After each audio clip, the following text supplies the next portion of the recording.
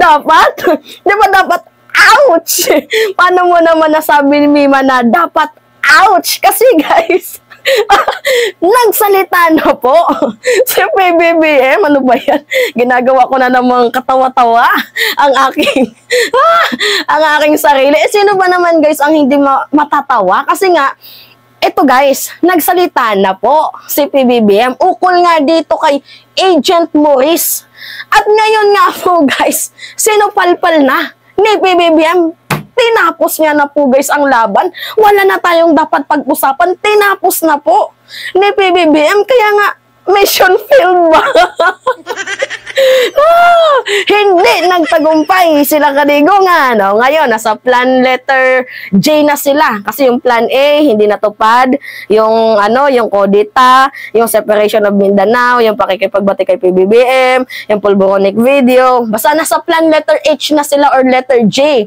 Kasi po, hindi na naman po naging successful ang kanilang plano. Nagsalita guys si PBBM. Ano yung sabi niya? Itong si Morales, talaga nga namang professional liar. Bakit nasabi yun ni PBBM guys? Kasi hanap buhay daw po ni Morales ang pagiging sinungaling. Ako, yun yung sinasabi ko sa inyo guys, na doon pa lang sa sa pinakaunang parte, questionable na talaga ang credential ni Morales. Ito nga, may mugshot na nga tayo guys, yan mayroon siyang kasong false testimony. Guys, ganito talaga yung buhay. Syempre, yung tao nangangailangan, hayaan na natin yan. Alam nyo, itong si Bato, may almoranas yan sa pag-iisip ba?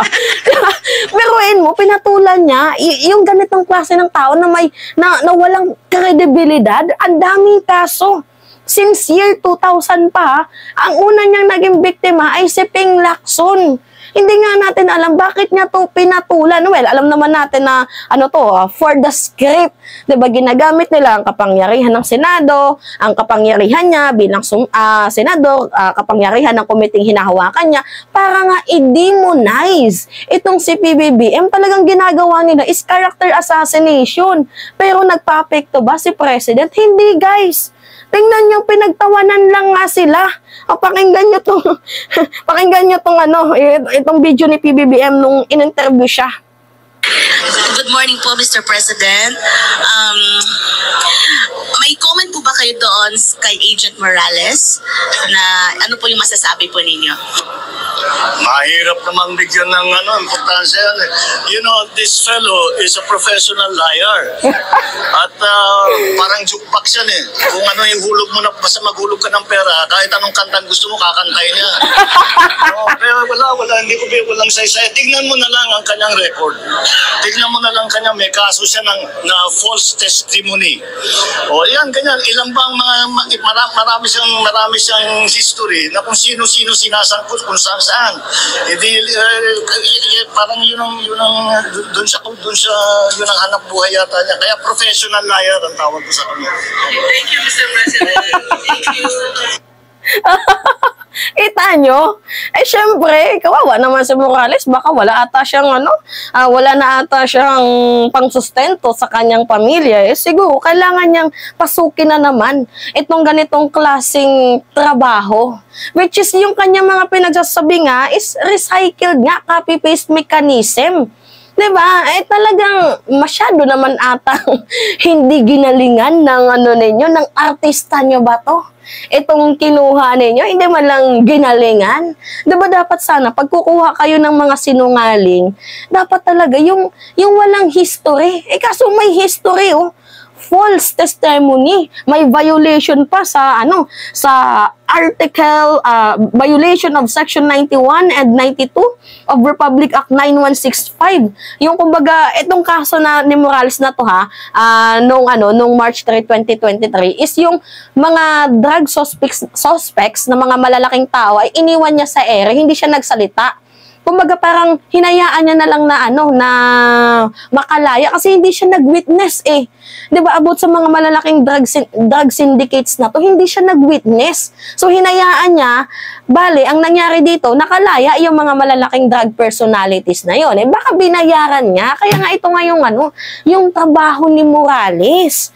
'Di ba? Itong si Bato may almoranas yan sa pag-iisip, guys. Hayaan niyo na yang si Bato eh, masyado na din yang alam niyo sa panahon ngayon natatakot na yan si Bato kasi malapit na nga po, guys, yung time of reckoning. Lalo pat yung DOJ nagkaroon na nga po ng briefing dito kay President Marcos kung kailangan na bang pumasok, papasukin, ano yung gagawin pag nandito na yung formal arrest warrant ng ICC para dito sa kanila. Yung ICC, na mismo council, nagsalita na. 'Di ba? Malapit na sila sa katotohanan. Kaya nga, kung ano-ano yung mga kinikilos at ginagawa nila. 'Di ba? Pansin nyo yan, guys. Actually, hindi na natin kailangan pong pahabain kasi na-content ko na yon recent nung kahapon about sa pagkatao ni Morales, kung paano sangkot dito si Duterte, kung paano sangkot si GMA. At saka tingnan nyo naman, guys, yung mga iilang senador nababanas na kay Bato kasi nagmumukhang ginagatasan nga ni Bato itong Senate hearing na to eh. First things first, guys, mantakin nyo, sinasabi niyang authentic ang isang dokumento base lamang sa kanyang opinion. Hindi naman ata pwede yun na babasihan mo yung isang dokumento base lamang sa iyong opinion, base sa butas ng puncher. Eh kung yung puncher na yun, ituktok ko sa ulo mong hayop ka, ng matauhan ka, tapos naniniwala siya sa mga sinasabi ni Morales, eh in the first place, yung pinakamataas na judicial branch system sa bansang Pilipinas, hinatulan na si Morales ng false testimony. O sino yung mataas? Yung Senado or yung Korte Suprema? 'Di ba? Kaya nga, basura itong Senate hearing na to. Kumbaga, ginamit lang ni Bato ang kanyang power bilang senador at humahawak ng committee na yan para nga i-demolish, i-character assassinate. Kasi yung point lang naman dito, guys, is political motivated to. Yung objective nila is to demonize the character of the president kasi gusto nilang maupo na si Sara. Utot ninyo, hindi kami papayag dyan. Kaya nga nakakagigil, diba?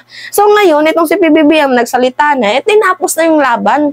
Diba? Pahiya na naman itong si Bato. O ngayon, ano yung i-response nyo?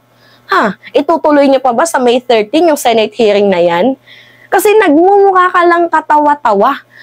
Yung topic, hindi na naitatopic doon. Anong topic doon? Batangas Drug Hole. Ano yung topic doon? PDEA Leaks. Sino yung nag-leak kung totoo man yung dokumento? Kaso yung kinahinatnan, yung pinupuntahan ng topic na to is kung totoo, is kung gumagamit nga ba ng white powder substance itong si PBBM. Dahil guys, itong si Morales, nakabase lang sa hearsay. Dahil unang-una, kapag mag-i-investigate ka, dapat yung may personal knowledge yung iniimbitahan mo. Si Morales lang naman yung nagsulat na according sa kanyang informant na putang ina, hindi niya maalala na sabi niya, itong si Marcos, si Soriano, ginawa niya ng dokumento na humihit-hit daw ng white powder substance doon sa Rockwell. Yan yung testimony ni Morales. Pero guys, yung testimony niya na yun, hindi niya nakita kasi yun yung sabi ng kanyang informant. Bali, dapat yung uma-attend dito is yung may personal knowledge. Guys, hindi ako lawyer ha, pero kitang-kita nyo may almoranas talaga sa utak itong si Bato. Sa tuktukan no? Di ba? Sino hindi manggigigil doon? Anyway, wag na natin ito pag-usapan, guys, kasi tinapos na eh. Tinapos na. Tapos na. Di ba? Ano pa yung dapat natin pag-usapan dito? Kasi mismong presidente na, alangan naman, hindi alam ni PBBM yung mga eksenang ganap dyan ni Morales. Malamang sa alamang, yung mga researcher ni PBBM na pag-alaman na ganito nga yung background ni Morales. Di ba? Ano ba yan? Tumutunog. Napapasayaw ako. Wag! Wag! Napapasayaw ako.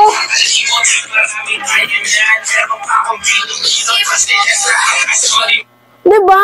Ano ba yan? Ba't tumunog yung kantang yan? Hindi nga ako sumasayaw. Napasayaw na naman ako eh.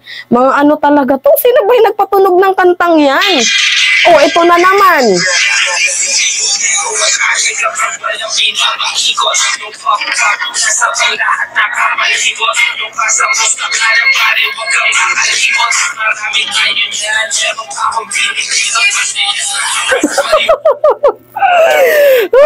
Anyway guys, syempre, minsan lang tayong maging masaya, no? Kasi laging na-stress si Mima nyo. Laging na-stress si Alicia.